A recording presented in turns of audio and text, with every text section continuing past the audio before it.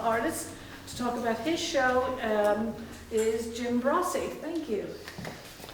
Okay, thanks.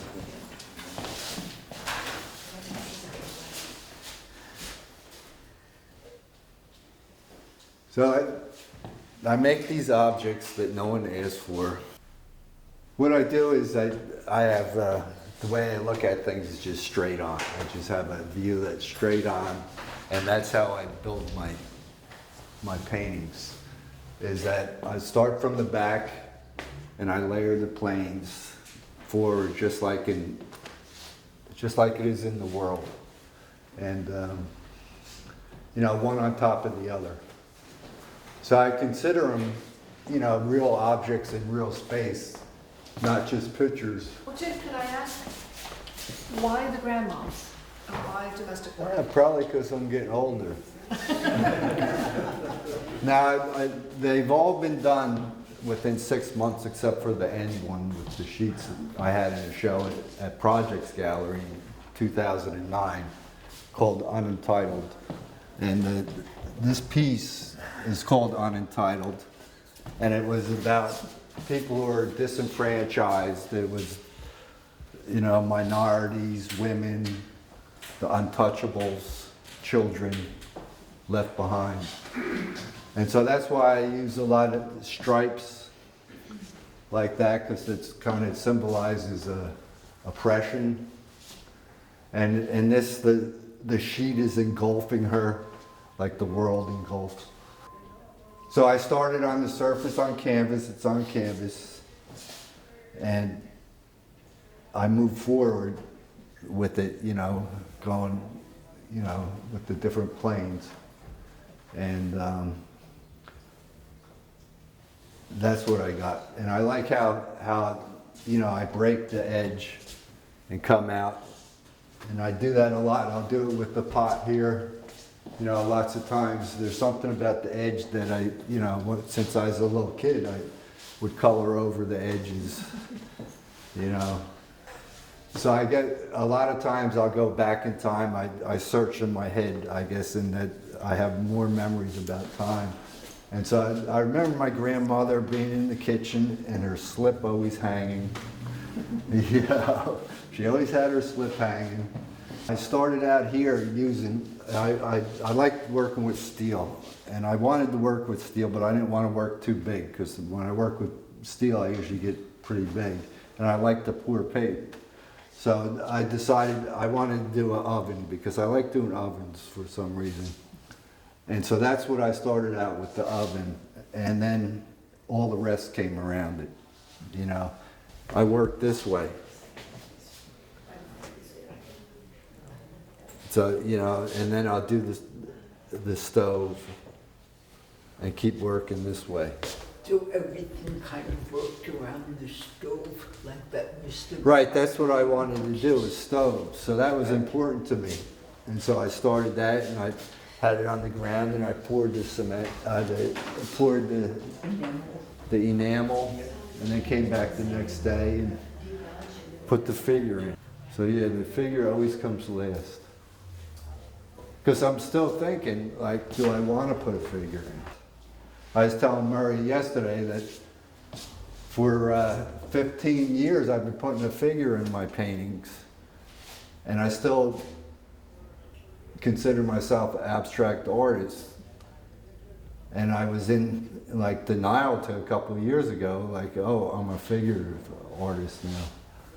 And but it's real important to me, the patterns and the abstract qualities of the work. And I also, you know, use text in a lot of the work. Like, you'll see text as a visual element, and also sometimes as a political element. You know, sometimes I want to say things. And since I've been putting the figure in my work, it's become more narrative.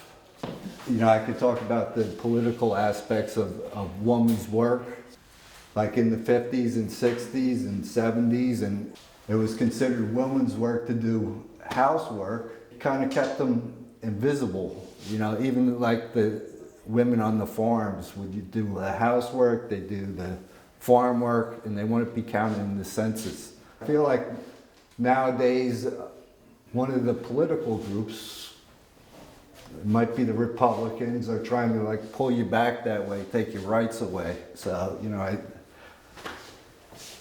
you don't want to be in my head when I'm, you know, just, you know. So, you know, that we could talk about that, but that could go on forever, the politics of them.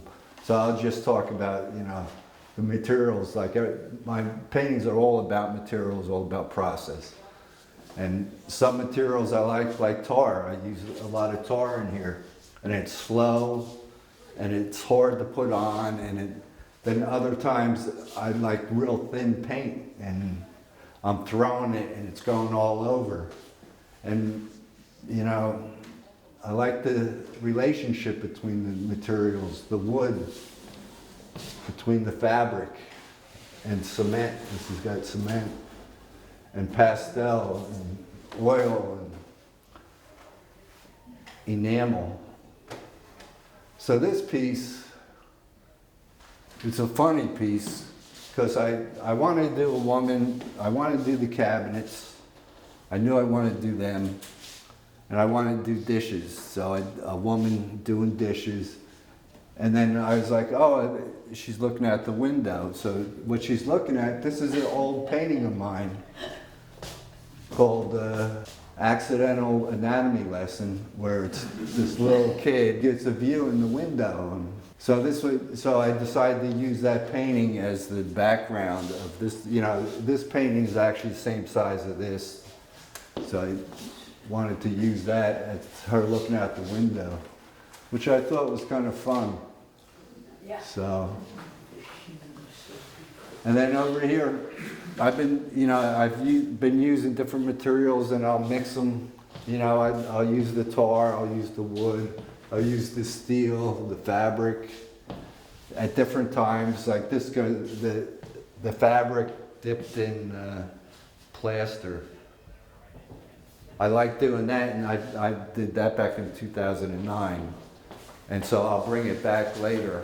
You know, lots of times I'll bring back later, I'll bring back, you know, the floor or the checkers, you know, throughout. And I like working with plaster, but, you know, my studio is real messy to begin with.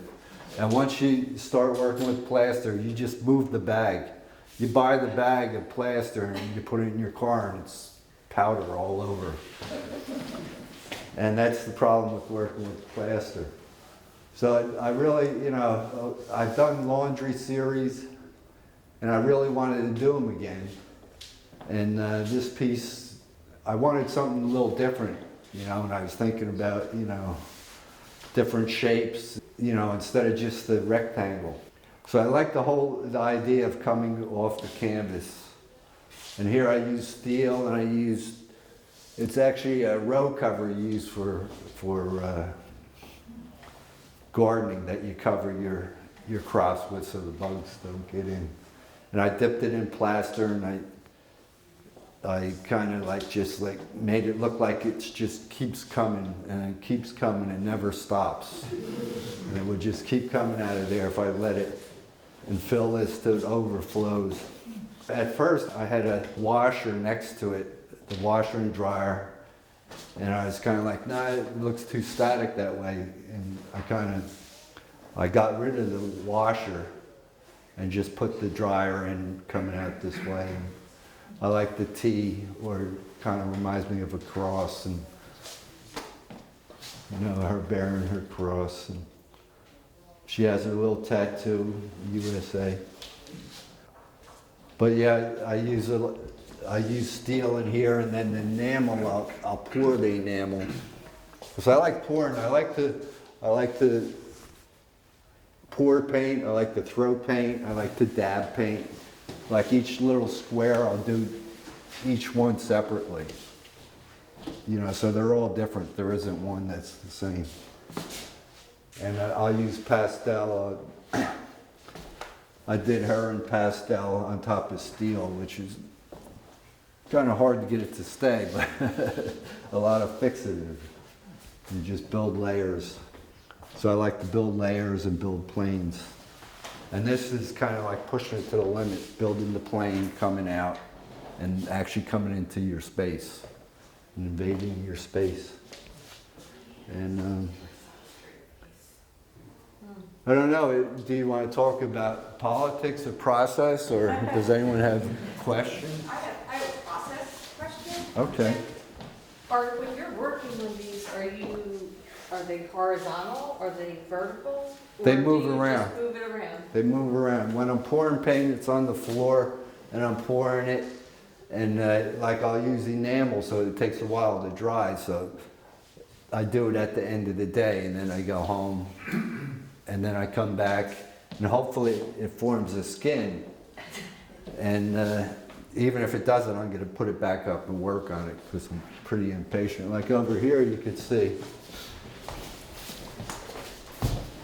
that it formed the skin, and then it must have been still wet underneath, and so it starts to sag, and then sometimes if it's too heavy, it rips. So I get a lot of, surprises coming. If I'm not surprised, when I take this out of my studio, and bring it into the gallery, like my studio is real chaotic, and you can't see a lot of things. If I bring it in here and I'm not surprised, I'm disappointed, because when I come out of my studio, I see things that I can't, because there's all kinds of things going on in my studio. And it's not till the artwork leaves my studio that I can really look at it. So I just was wondering if you have a photo of your grandmother, or the grandmother figure, or. No, I don't I work from my head. Okay. And when sometimes I'll draw it in pastel, and then I'll be a little awkward, and I'll draw it again in a different color. And then if I can't get the arm right, I'll take a picture. I use myself as a model, and I'll say, oh, I want the arm this way, and I'll take a picture, and I'll be looking on my phone. So, but usually it's just out of my head, just You sort of paint. answered my second question, was do you make sketches? No, I Different- don't. No. No sketches. Once in a while, I'll make one on a scrap piece of paper, and then it ends up somewhere, in the studio, and probably stepped on, and ends up being trash. So what I about don't the- have a sketchbook. I just work right there. Okay. And the idea, for the radio flyer and the Phillies cap, Well, I bring this back a lot throughout the past 20 years. okay. I also do a fence, like back here. I use a lot of the picket fence. Now, when I was a little kid, we had a picket fence like that around our house, and my father would have me paint it every couple of years, and it would take me the whole summer, to paint it, because I was a kid. I remember one time painting, and the hit on the AM radio was A Band of Gold. I remember that song, just All That's Left Is a Band of Gold. Playing that with cousin Brossy. But I bring, a lot of themes back. Like I've done ovens before, and tablecloths, and wagons, and little kids with the Phillies hats. And so I repeat themes because I don't have enough ideas. So are you like a sculpture painter? No. It's rare that I come off the canvas that far, but I'm having trouble considering myself a painter too, because Yeah. I'm more. It's like a collage. more like sorta. collage, yeah, and Sorta. combine, I guess. It's great. You know, Rauschenberg did the combine. Dave? No one's never let us see the faces Never. of the people. And I was, although like often like a little glimpse enough to provoke some emotion, like that feels like they have an interior life. I wonder if you could talk about that choice. Well, yeah, this is probably the most that you might see, or maybe this little kid is the most. Lots of times you don't even see the face at all, because I like to keep it anonymous, and also I don't like paintings looking back at me. You know, maybe I'm self-conscious.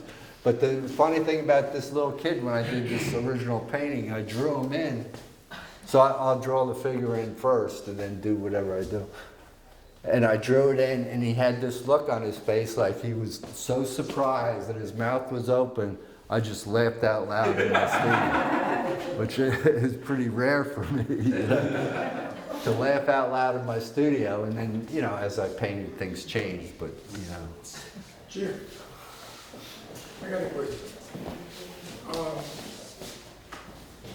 How do you get to this idea? For how long have you been working in this field? You mean this using women, older women, or materials? The thing, the idea, it is in your work. This social idea. Social issues in my artwork goes way back to the 70s when I started painting. You know, I was trained traditionally, you know, painting on oils on canvas. I started. But then I had a teacher, Leon Gall. I don't know if you know him. Yeah. He did large paintings about Vietnam, a lot about Vietnam, and he was real political. And I think he instilled in me that your art should say something about society. You know, so it's always been, even when I've done just objects, for a while I was just doing objects, there was no figure, and it wasn't as narrative. So I think, you know, having him as, you know, in the beginning as a painting teacher, and being so political, and being in the 70s, being brought up at that time, where there was a lot of political art and a lot of, you know, activism going on, you know, in the 60s and 70s, that I felt like I had to at least, you know, deal with some of the issues. If not like say something, ask questions. You know, and sometimes I just want to paint a cake. I don't want to say nothing. You know, I just want to, you know, have a painting. Actually, you say something when you paint a cake. Right, that's the problem. You know, we can make anything political, but there's a difference of trying to say something and accidentally saying something. I want to look under her skirt. I feel I can get physically into these spaces. So printing, I like to print too. So these are just sneakers that I print. Put the paint on there and then. What does Ted mean? She's got a cup of tea. Looks like she has a cup of tea in that. What does what mean? Says Ted on the ironing board. Says Ted. Well, it was, Like it? that's just part of the word. Sometimes I just use, you know, old stencils. Like this was no checks, and this was, I forget what it was. Now, you didn't see the whole word, I forget. But, you know, I have tons of stencils. I use this stencil a lot. And some stencils I'll make just for painting, and I'll use them over and over years. And because I like the way they look. The reason why I use the text also is that wherever I look, there's text. And you don't always read it, but it's always there, you know? I can't turn my head without seeing text, so. If it takes me more than a week, I get too anxious and it's not worth it for me. I work real fast, so what slows me down is things drying. That's what, you know. Oh, you already said about the enamel drying with the skin on it. Right, that's why, you know, it'll get the skin and I'll put it up and it'll still sag because I like to work fast and I like to have, once I have the idea, I like to do it and then I'll take it down and the next piece I'll work on and that piece will be old already to me. You know? Do you make any small pieces? Yeah, I make some, I mean, like 9 by 12, I do near life size. what size? Near life size. Oh, near life size. That's what I call it. And so I'll do cakes and desserts and ice cream or fish, you know. Oh, you ought to come by my studio. There's always something for someone there. Turtles. Everyone likes turtles. How do you, if you like to work so fast, like, it seems like you set up a real challenge for yourself in thinking all these materials that aren't traditional art materials and that are hard to work with. I wonder what that tension is like for you. Well, I think that's part of the process is the tension because I also can't find things when I put them down. I'll get like all stressed out. I can't find the shears that I just used. So I'll pick up something else and use that instead. And then so that changes how things work. Because since I can't find it, I'm in such a hurry, I'll go and use something else. And so that adds an element to it.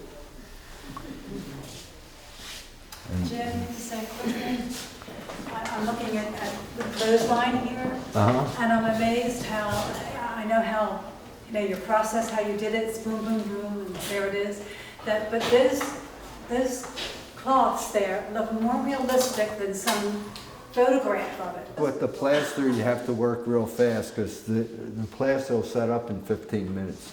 But it'll start where I can't work with it after 15 minutes or I'm like really struggling. So this is on plaster. I plastered the whole thing first and then dipped the fabric in the plaster and threw it up on there. And this is just on wood. These are on wood. And that is on canvas, that piece. So I like to work on different surfaces. You know wood's under there. Plaster, you might think it's under here, you know. But it gives you a different feel, things coming through. And I always do that. I'll draw with different colors and then I'll cover them up, but you'll still be able to see some of it coming through. I'll mix oil and acrylic next to each other so they react different, you know, how they react. So I like that, and you know, and sometimes I like the effect and sometimes it's like, ah, oh, jeez. I could always cover it up. You know, your people, the ladies, they look like you so much love them. They look real, like you know them. They're people that you love. Just the look of them. Yeah, I don't know any of them. But Are you sure?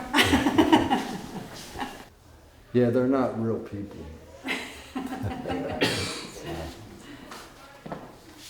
They're like a combination of different people, I guess, in my head. But they are real people. In my head, yeah. No, they're real people. No, we did. But yeah, they remind me of people that I know. So, is that it? I'm done.